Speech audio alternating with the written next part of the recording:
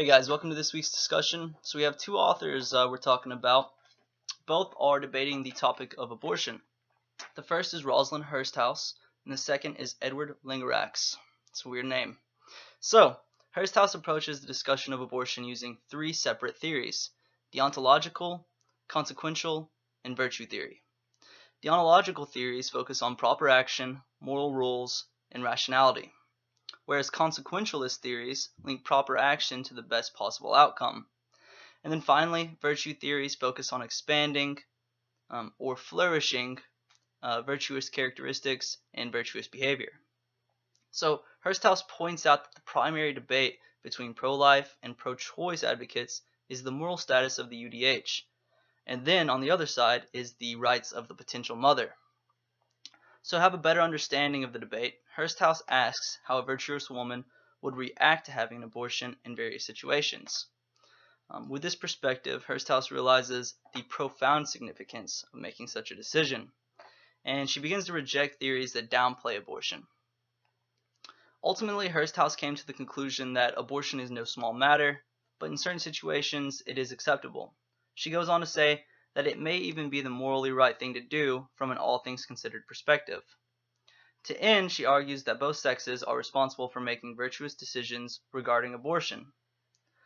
So, next we'll be discussing Edward Langerak's work titled Abortion, Listening to the Middle. So Edward points out that the topic of abortion is fairly divided down the middle. Some abortions are justified while others are not. And even the extent to which an abortion is justified varies depending on the situation. Edward suggests that combining the potentiality principle and the conferred claims approach provides moderates with a coherent framework for thinking through the central questions of abortion debate. So the potentiality principle is formulated as follows.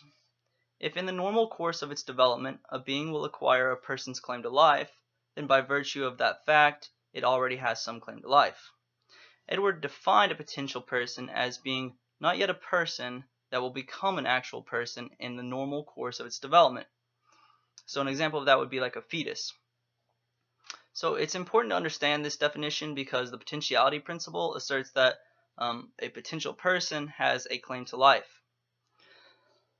Although the potentiality principle can account for the belief that something about the fetus itself makes abortions morally problematic, it cannot by itself account for the belief that late abortions are significantly more morally problematic than very early abortions. So he's saying that a more developed fetus is seen as it's more morally problematic. So Edward uses the conferred claim to do just that by saying by comparing an infant to a fetus, a more developed fetus. He says it's morally unacceptable to end the life of an infant, so in order to protect the well-being of infants, we should grant fetuses a higher moral status.